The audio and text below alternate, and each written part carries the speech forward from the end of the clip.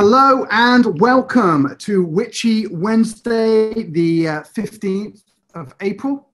My name's Mark Abadi. It's great to be here. It's Witchy Wizardy Wednesday, so it's anything magical and creative from the void. We're having technical difficulties, so I've been unable to go live, but this is a recording, and we're all recorded. My guests today are two musical masters, and both are very heartfelt creators. Jesse Thom is a performer who brings comedy and entertainment to life, where he brings an essence of musical creativity and entertainment to educate as well. So it's an edutainment. There you go, edutainment. Thom. Okay, Jesse Thom. Without further ado, welcome. Jesse, how are you? Great. Thanks for having me, Mark Abadi. So nice to have you here. Tell us about yourself. Well, I guess I should be wearing my wizard hat today. It won't fit on top of my headphones, but for Wizardy Witchy Wednesdays. Yeah, I'm living here on Salt Spring Island. It's a beautiful forested lakeside cabin that I'm in, and this is where my studio is, and everything I've experienced has led me to this moment with you. So yeah, I don't know what you'd like to know specifically, but I create here on the island. Yeah, tell us about your background, what you do, what's your passion, what's alive for you at the moment. Okay. Well, where to start? My passion is around meditation and the arts. So everything for me has been kind of working toward this single point of the meeting of the arts and the sacred, or the world of presence and mindfulness and the world of performance and art and music. So that's sort of the unique, if there's sort of like a Venn diagram, that's the spot that I like to look through, is where those two intersect. And so that journey has taken me on a pretty wild ride through a lot of different sort of unusual trainings, including sacred clowning. I've studied with a fellow named Didier Dantois, who's on Tenerife in Spain. He runs a beautiful center, and his whole passion is devoted to this work of presence on stage and in the arts. So that's been a big inspiration lately. And right now I'm just, really alive with my work in the world as a musician, bringing what I know as the nourishment of the earth connection and heart connection into music, and sharing that at a time when there's a lot of confusion and there's a lot of isolation, enforced isolation, and we're confronting the ways in which we've isolated ourselves even from our own hearts, I think. So yeah, I feel like this is a ripe time, and I'm really excited to be working in the way that I am right now. Tell us about so the aliveness is you bring music. What do you do with your music that's not just like music? I mean, what's special about what you do? Sure. Well, I see music in a different way than others that I've met. I see music as a way to amplify our state of being. So, for example, it's not an acceptable practice to me to come to a venue where I'm performing in a rushed state of mind, in a busy state, road weary and malnourished and detached from my physical body and, speedy. That sort of state of being is, to me, is an unacceptable one to bring onto a stage and perform with. So for a big part of my practice with music is about state of being. So I have a daily practice that I do, and there's a specific practice I do before I go on stage or before I record even. I set the space for that. But that's where a lot of my attention is. It's like partly on the melodies and partly on the space itself. So that's what I'm up to with music, is using it more as a vehicle for transmitting a state of being that's connected to the body, to the heart, and to the earth under us. I love that. So it's kind of like, you know, your environment and your encoding of self into the output of the musical wave. Yeah, exactly. Yeah, that's a great way to put it. So what are some of the things you do to prepare what I think I would call a sacred space presence? Yeah, well, it really depends on where I am and what's available. If I'm touring in Manchester, for example, you know, sometimes it's hard because you're in a big city with a lot of concrete and not a lot of access to nature. So I always travel with a bit of nature with me. I've got a little wool bundle that I bring on the road with me that's got some sage in it, and it's got nice seashells from home, and a little cedar leaf, and usually some of my favorite woods to burn, my little burning woods, like incense, you could say. And those things, you know, a lot of setting the space is about coming into presence yourself. It's not like you're doing something to the space. You're setting the internal space to be open to receive the communication from the audience, the communication from your instrument, from your voice. So the question becomes, you know, not how do I create, like, turn this space into a sacred one, but more how do I prepare my own internal space. And a big part of that for me is coming into the senses. So the incense really helps with that. Finding a space that's where you're alone. I've even used bathroom stalls before to, you know, sometimes I'll close a bathroom stall. Like I remember did this at the Hootenanny in Brixton near London. I just went, it was such a busy club. I had to go into a bathroom stall, shut the door, pull my feet up, and I just sat cross-legged on the closed toilet and did my meditation practice. But you know, whatever it takes. So to align yourself with the sort of slower rhythm, you know, you have to slow down enough to be able to hear and to be open to communicate authentically, I think. So yeah, that's kind of what I do. It changes all the time. It's hard to say I but has a lot to do with the senses and with opening to the environment, and also offering prayer, like, you know, I do a lot of different types of performance, and one is puppet shows for kids. So when the puppet show is starting, I'm behind a theater, and, you know, the kids are out front, and I'm hearing them come in, and I'm doing some earth breathing or some sort of practice behind the stage to set myself. And I'm also offering prayers to these, you know, that these children be supported in their lives to be who they are, and that, you know, that we experience magic that day, and that we enter it together and have a moment of joy. So that's all, you know, setting intention, and it goes a long way. I find it can really make or break not just a performance, but, you know, a whole life. So from what I know so far in the years that I've lived. That's cool. How do you find that work that you've been doing with your music and on the road is assisting you now with dealing with what's going on? Yeah, it's an interesting question. The work on the road assisting me now with what's going on. Well, I guess because my work has relied on the road, and now there is no road per se, because the venues are all closed, and those are what I was traveling on the road to arrive at, were these venues which are now closed. So there's no road. So, you know, and that's not just the case for musicians. It's the case for a lot of people with the type of work they do. But it is interesting having all your work be oriented around live performance, and then have there be no opportunity for that.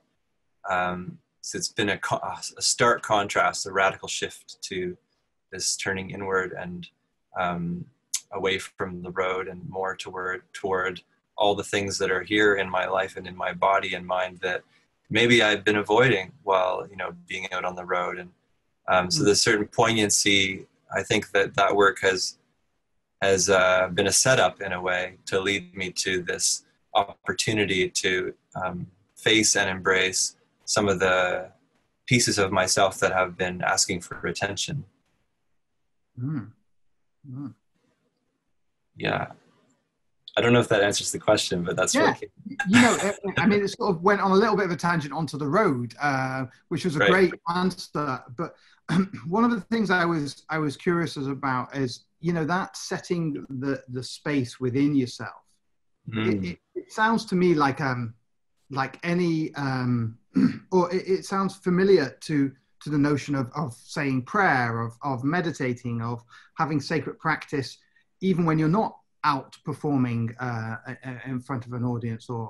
And I was wondering how we can apply that to, and how people can take what you discovered in your practice, which was you know, honoring the environment,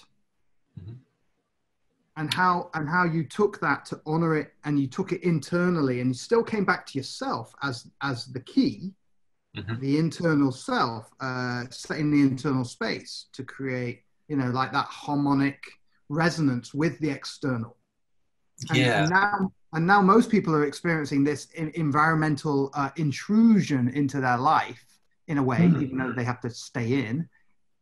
They're not used to this. And so I suppose the question is, how can what you gain from your practice of sensing the environment, sensing the internal environment, and creating a harmonic resonance between you and the external environment? That was my interpretation of what you were saying. How can we help people do that for themselves? Yeah, that's well put. I feel like what you're pointing to with the harmonic resonance with the external, I would say that has to do with acceptance. So I think we're talking about acceptance, and we're talking about the resources that we do have innately as humans to accept what has come our way, no matter what that is. And right now, there's a particularly intense situation that has come our way. And it's really testing our resourcefulness. We're being asked, can you accept this? And if so, how? And do I even want to? And why is there merit in that? So yeah, I feel like the practices that I do, in a way, it's about acceptance, but in another way, acceptance is just a fruition or a byproduct of resting in one's deepest nature. Because you know, from what I can tell and what I feel in my experience, is that the deepest part of who I am is actually at one with the environment and with what's happening, what circumstances are arising. So the degree to which I oppose those things is the degree to which I oppose myself. So you could say, I could say, you know, it's about learning to accept, but really, you don't have to worry about acceptance if you simply caretake this connection, nourish this connection to yourself, which, you know, I locate in the body itself. So my practice is about somatic inquiry and going into the body and finding sources of tension in the body, in the muscles, in the bones, and releasing that tension into the earth. This is the practice that helps me the most, is this relaxation. And that is a process of coming into touch with that deep essential nature that actually has no interest in opposing what's happening. Beautifully put. Do you use, you know, do you find yourself using music for your own ability to touch into your center? Yes. Yeah. I have a singing bowl practice that I use. It's funny because in a way, the singing bowl, improvising vocally with a singing bowl, to me is one of the most grounding activities that I've ever encountered. And I guess it doesn't need to be a singing bowl. It's this improvising the human voice to a steady, consistent note of any type, a drone note. You know, I'm by no means an expert in that sort of phenomenon. Like, I know that in Indian music, there's a deep understanding of the drone and what that does to the human consciousness. I only just have my own experience to go on, and that's something about having something consistent and steady and dependable in a way. to me, it's almost a metaphor for this thread of experience, this thread of experiential awareness that never leaves us, and that is abundantly supportive, and that is supportive of our well-being. This is what the drone represents to me, and that's how I feel it. And so singing to that, singing with it, singing over it, improvising, playing, is this beautiful dance of, it's the individual dancing with the infinite or something like that. So beautiful. Love that. That is, I mean, that I just got a little bit, you know, you get the tingles. That was beautifully put. The individual dancing with the infinite. Yeah, or the intimate, as you say. Yeah, intimately dancing with the infinite. So it's, and the reason I say it's funny is because I've actually never done that live or put that type of music into the world ever. But it is the type that grounds me the most. So that's something for me to maybe explore a little bit. But that's my personal sound practice. And then once I'm set in my state, then I bring that to my songwriting. Well, I think that was so beautifully deep, Jesse, because, you know, my background is in production, in particular of sacred music festivals like Bhakti Fest. Ah, yeah. And the next guest on is Manos, who I met at Bhakti because he performs with Deva Premal. Beautiful. So he tours, and he's a fantastic Tibetan or Nepalese? Tibetan flute player. He might be Nepalese. In Himalayan mountain flute player. And the drone is used a lot in kirtan, in the sacred music there.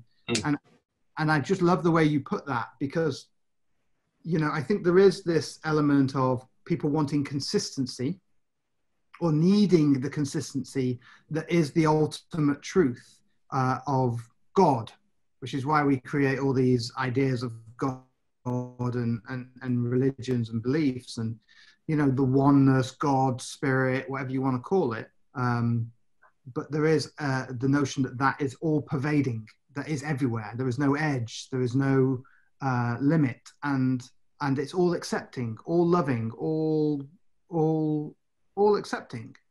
And it seems like the patterns that we want are to be accepted as individuals, and you know, we're all looking to be accepted, we're all looking to be valued and loved and ultimately accepted, which is what we're talking about. And I think you hit on it so beautifully when you said the consistency of the drone, or the bowls, or the consistent sounds allow this backdrop for us to remember that allness. Yeah, I think it is a memory. It's a remembering, like you're saying. Wow. Well, maybe it's time to get your bowls out, you know, on the internet, and do some bowl magic like that. Yeah, that'd be interesting. Yeah, I'll have to explore that. What other music have you got? Have you got anything for us today? I could play a little tune for you. Yeah, there's a song. Yeah. I've got a little guitar here. I don't know if the mic will pick both things up, my voice and the guitar, but if I hold, this is a guitarlele. It's a guitar neck on a ukulele body. And I saw that your next guest has a similar looking instrument anyway. Yeah, there's a song that I wrote that we're about to record and release, as it's been kind of nagging at us to get out into the world. Feels pertinent. It's called Wrecking Ball. I'll just play a little bit of it. Welcome to the only place that you're safe. It's in your heart. Welcome to the only place that you're safe. It's in your heart. When the city's falling like a giant horse and cart, welcome to the only place that you're safe. It's in your heart. Welcome to the greatest freedom that you have. It's in your love. Welcome to the greatest freedom that you have. It's in your love. when the shackles bind you, leave your wings clipped in the mud. Welcome to the greatest freedom that you have. It's in your love. Yeah, and I sing the mercy of song, and I sing for what's dead and gone, and I sing for the rise and the fall, and I sit and face the wrecking ball. Yeah, I sit and face the wrecking ball. So that's a little taste. There's a couple more verses, but you have to wait till it comes out because I gotta finish writing them. Oh, it's not released yet. Not technically. We're about to record it probably this afternoon, actually. So. Well, you're going to record it this afternoon. That's fantastic. Yeah. So what is it? Why do you do what you do?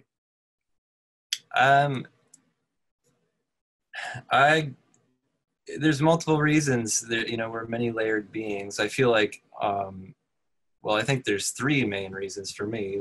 The one is because I can't help it. There's something behind my awareness that is driving. It drives me through dreams. It drives me through inspiration.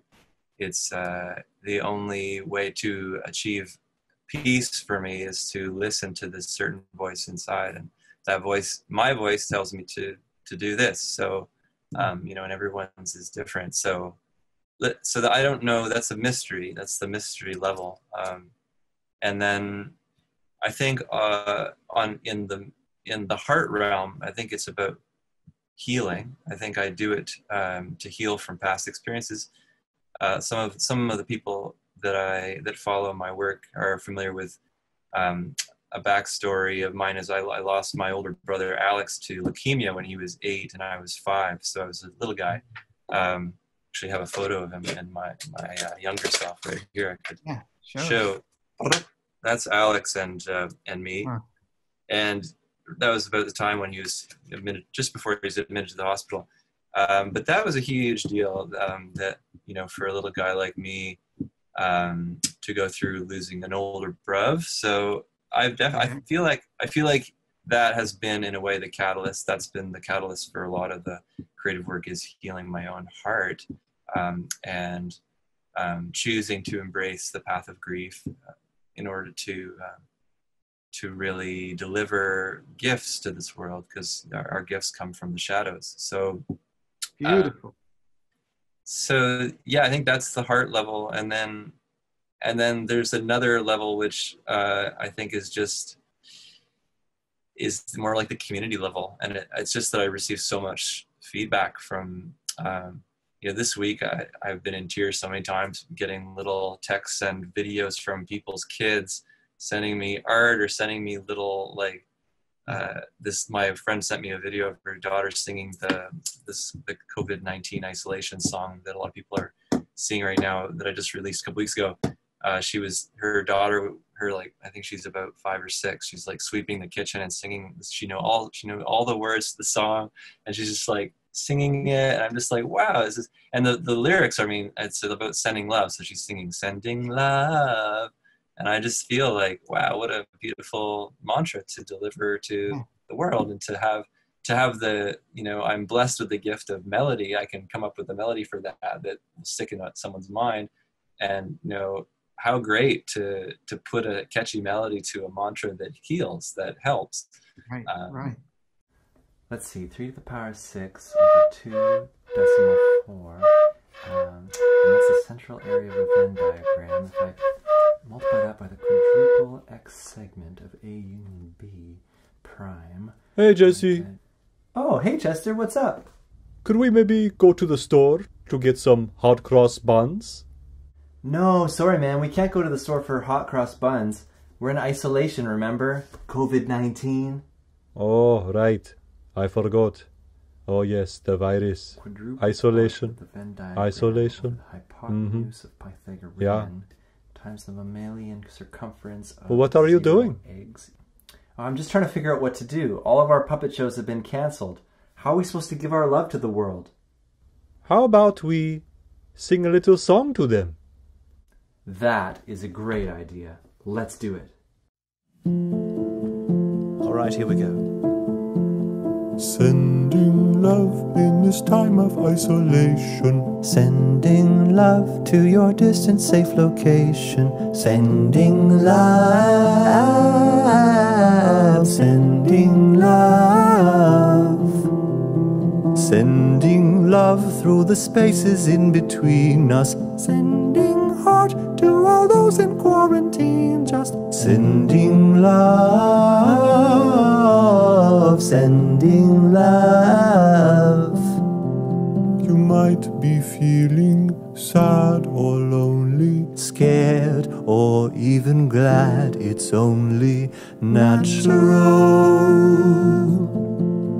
to feel just how you feel. we can make a space to play with anything that comes our way. So will you send Your love with us to those who need it. sending love? It won't be like this forever. Sending love, we will get through this together. Sending love. Sending love. Sending love, send it once and then repeat it. Sending heart to the ones who really need it. Sending love. Sending love. And if you must go to the store, Make sure it is for something more than just hot cross buns. Even if you really want one. Sending love.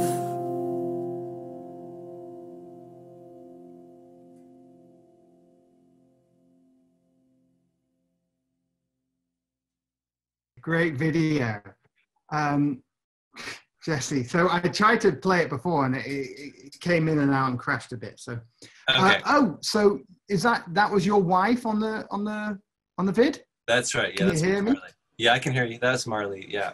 Happy Easter, Oh, all of you. no. Now I've got to find this other page. The mystery Easter. mystery sounds. Right. Because of God, its I'm just going to quit everything. Whew. So hold on. Have you given birth yet? No, a month from now. A month from now. Congratulations. Thanks. Yeah. There's a lot of people giving birth in a month. It's going to be an interesting time. My Oh. sister is about to give birth in a month. Oh, is that going to be your first niece or nephew? Oh, no. My brother's got 3. My other brother's got Okay. 2 and 1 on the way. They've all Wow, pumped out yeah. kids except me, actually. My Yeah. other brother's got 1, yeah. Your Okay. first?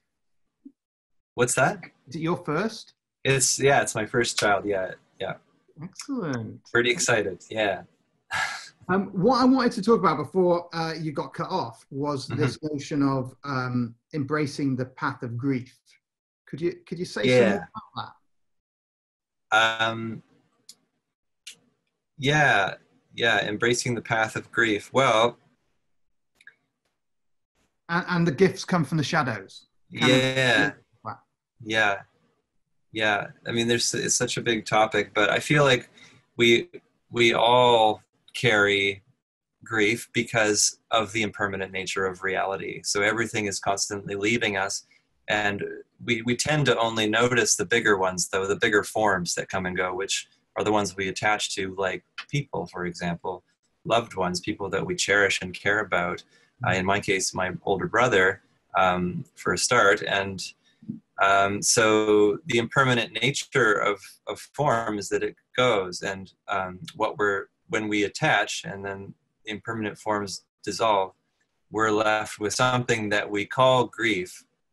that I've come to experience, or I've come to understand through my experience as energy trapped in the body. So that wants to move, that wants to express.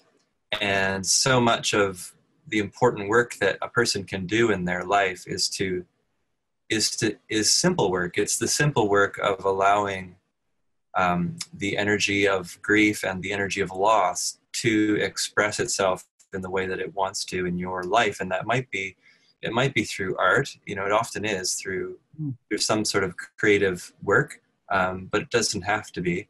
There's a fellow who I've done a lot of grief work with named Cater Brown, who works in the States. He's a grief work facilitator, and I think his website's caterbrown.com. I could be wrong on that, but he's a great resource. He's a student of a quite a prominent African shaman / multiple PhD holder named Malidoma Some, who's he's probably one of the most prominent shamanic practitioners certainly in the American scene. But his student is Cater, and Cater travels the world. I met up with him in the UK and did some grief ritual work, and we did a whole weekend of different community rituals centered around this very thing, this moving the energy that's stuck in the body, this energy of attachment to those that have passed, and just helping to form that good relationship to the ancestors and the other world, the unseen world. And it's a pretty vast scene, I would say. But yeah, that I feel like it's just so helpful to there's a lot of things that we have to do in our worlds, practical things, but taking the time to really allow yourself to feel, especially in these realms of grief, I feel like it's just like can be a complete life changer for those that are willing to go there. Yeah. And thanks for that. And what about the gifts you're talking about from the grief? Yeah, it's death is a portal to love. So when we embrace death and we embrace the loss, then usually, from what I've experienced, is that my heart opens more, and the heart, it has a voice of its own. It wants to speak, and to deliver something to the world. Sometimes I imagine our race as this collection of hearts that are here to express their truth, what's inside of them, and it comes out differently for each of us, which is what makes it such a fun place to be on this earth. It's so surprising. You see it in kids. They're all so different and so weird, and in the best way. That wonderful weirdness. So we all have this unique heart with us in our bodies, and we're a unique refraction of the universal prism, you could say, and that gift can't be delivered if we're stuck inside, if our body energy is not moving. It's almost like picturing the body like a flute, and in order for that sound to move, in order for that music to happen, then we really need to carve out the inside. It's an excavation process. And so, we call it grief, but you could easily just call it excavation work. And what are we excavating? The stuck energy. We're creating space out of stuckness. And I think the breath is the primary resource and tool in that work, using the breath to bring ease to the places in our body where we feel tension and tightness. To really bring it down to earth. I think that's all that's really happening. So brilliant, excellently said, Jesse. So do you find that people, because this grief can be old, right? I mean, it can be anything from now I'm stuck at home, I can't go to the gym and have my coffee maca and blah blah blah, to one of my siblings died, or something happened when I was young and I lost something then. Do you find that the grief like crustates the longer you leave it, or do you just is it just all alive at the time?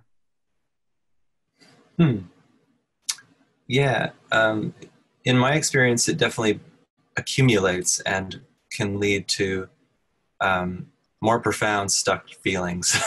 I don't know if that's what you're saying specifically, but yeah, you know, I'm something like asking that, with like regards to yeah. With regards.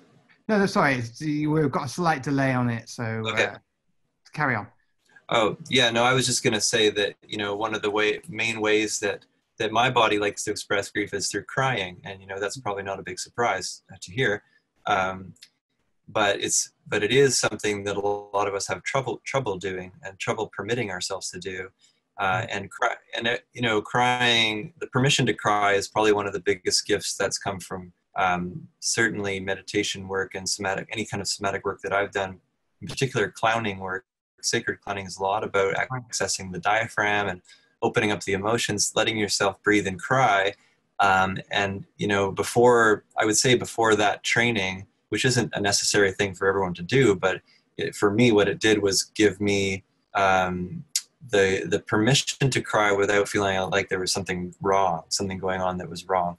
And it's been hugely liberating and I do notice that if I don't permit myself to cry, you know, I have friends actually that used to have a crying room in their house. It was a room that said crying room on the door, and they embraced crying to such a degree that they had fun with it, and they had a separate room you could go in and do it.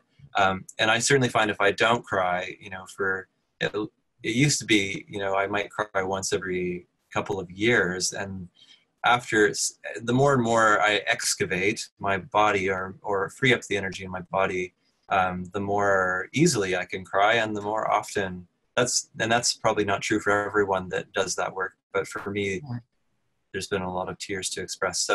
So yeah, I think it can accumulate, and we have to keep it moving. And with that regard, you know, I mean, I dated a girl once, a fantastic being, who used to do puppet therapy in a way that she would have these stuffed animals and she would take them to people and kind of like give them little personalities and like just sort of sit in the total discomfort that people were experiencing, adults, you know, with these puppets. And like it would kind of be there, sort of put a teddy on you and you'd kind of like, and then there would be this weird silence in the room where everyone was kind of like, what's going on? Anyway, my question that I want to ask is, how have you found that the sacred clowning and the use of puppets helps adults who might have got stuck grief from childhood, helps them sort of relive that, open the childhood doors and excavate? Yeah. Well, I'm speaking as a person who's only ever performed with puppets, not done any sort of therapeutic work with other adults with puppets. But certainly for myself, the puppets help to open channels. It's funny in a way, I feel like with certain characters or puppets, I almost feel like I'm more myself when I'm in that essence of that character than I sometimes feel when I'm like quote unquote being myself. And I think a lot of it has to do with just permission. I'm permitted to explore and play. So I'm, you know, in a more open state, and that feels natural because being open is an aspect of our natural essence. So yeah, I think puppetry and play are such an underexplored avenue. And if I had, you know, one prediction for the human race as to where our evolutionary trajectory is going to go, I feel like, you know, right now we're sort of coming into this understanding of presence and how to be here, you know, just to be here. And once more and more of us are living more often in the moment, I feel like the next stage of our development is going to be moving into playing in the moment, you know, which kids are already doing, but it's a, you know, I see it as like a cyclical development, and we're coming back to a more advanced form of childhood where we're free again, we're in our wonder and delight, and we're improvising and playing with each other. And there's so much love to be found in that practice. So yeah, puppetry is one way that can come through, and it's been a weird one for me. It's been a love-hate because my wrist gets really sore. Yeah, I love what you said about the permission. That for me, I think, is key with well, you know, puppet play or archetypal play. You know, there's a lot of movement now in the sort of therapeutic worlds of, and even just in standard living, of embracing a kind of archetypal characters inside yourself. Whether whether they're like deities or gods, or like, you know, I have one. It's, you know, it's one that, you know, when you're with a partner, you get to see different sides of yourself, and if you can label them, it seems like you give yourself permission to sort of fully embody the characteristics of that creature, that part of you, and then it gives you permission, like you beautifully put, to feel accepted and heard as that creature. Yeah. Are you finding that when you're doing your puppets, because you feel more yourself, that parts of you are like relieved post communication with a puppet? Yes. Yeah, definitely. There's a huge relief, and so much delight is birthed from, you know, with a puppet. I can improvise with a puppet, that's what I do. My shows there's a frame, but it's mostly improv.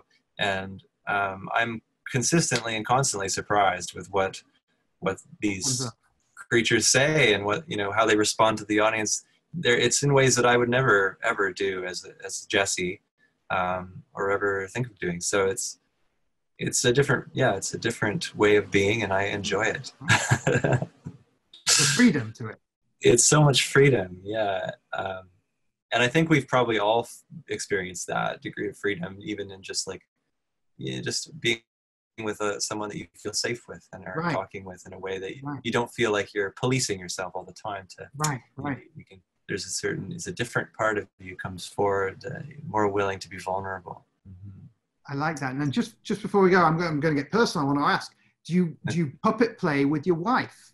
Are there times where you have like an argument and then you sort of come into the room with a puppet and like, Jesse wanted to talk to you, but he was scared, and so I'm talking to you? That's a great idea.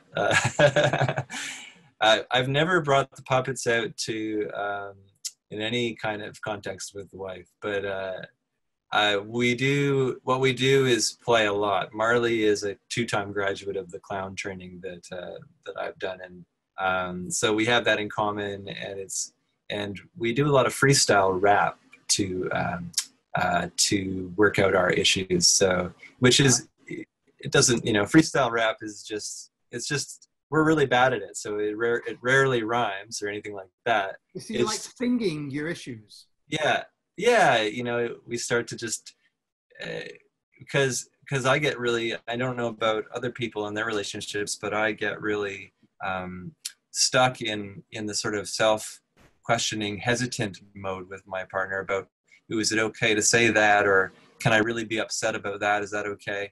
And when I'm freestyling or just accessing a stream of consciousness, rather than thinking about what I'm going to say, then none of that matters. I just come directly from the emotions, and the truth comes out, and then she can respond in truth. And because our rapping is so bad, it's hilarious. So there's just delight, you know, surrounding the whole experience, and it helps a lot. Yeah, I highly encourage play as a means of resolving conflict. In a way, I feel like it's the only way to do it. Right. Life's too important to take it seriously, yeah? Yeah, and you know that expression that problems can't be solved on the level that they're created. So if you're trying to solve your dilemma with your thinking mind, and if that's what got you into the problem, you got to step out of that and take a leap into you know, the moment. So yeah, thanks very much for this interview, Mark. Amazing. Thanks so much for coming on. How do people get in touch with you? What are you doing that you would you know, want some support on, or what's your offering? Tell us about. Yeah.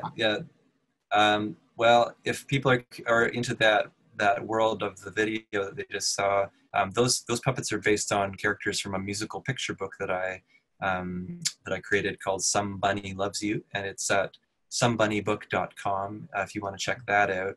I also just started a Patreon page that is allowing me to give some things behind the scenes and sort of connect with people more deeply who want to explore meditation, who really like the puppetry, who like the music. There's a lot of different things that I'm exploring with my patrons on Patreon. So it's pretty exciting, and that is at patreon.com/JesseThom.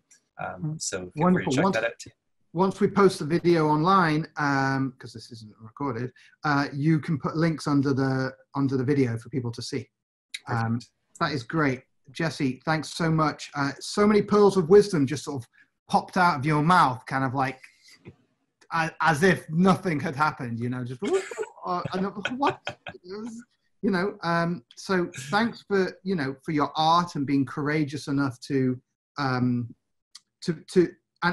honoring yourself, to be present inside the you, so that you can share from that presence, because that's what comes across. And it came across to me when I saw your stuff the first time, which is why I reached out to you, because it was clear to me that you have a kind of magic with that, and that takes real courage. And after having spoken to you, I have no doubt that comes from your acceptance of the grief that you talked about, and then getting the gifts from the grief that you accepted from your brother dying. And so I thank you for being a beacon for people to be courageous enough to accept their grief. Did you get any of that? Yeah, I got it all. You know, my practice is to let it in. Yeah, I wasn't sure with this Zoom connection we've had. No, you came through really clearly, and yeah, you spoke beautifully and poetically, and it's really an honor to share some space. And I wish you the best of luck with this endeavor, this beautiful platform you've provided and have created. And yeah, just sending blessings to everyone that's watching. I know it's, you know, not an easy time right now for a lot of us. So you're in it with others. We're all in it together. Thanks. Exactly. That is the end of our show. As my dad continuously tells me, I have to tell you about my book, Evolve, which matches my outfit today. Book Evolve. I know that book. Golden Ratio there, which is the mathematical harmonics of music. Thanks to my guest, Jesse Thom.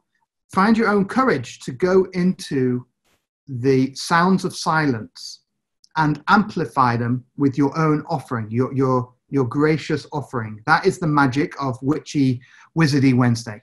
So thank you for joining us. Logging off. See you all tomorrow. What? The bells are ringing. Much love.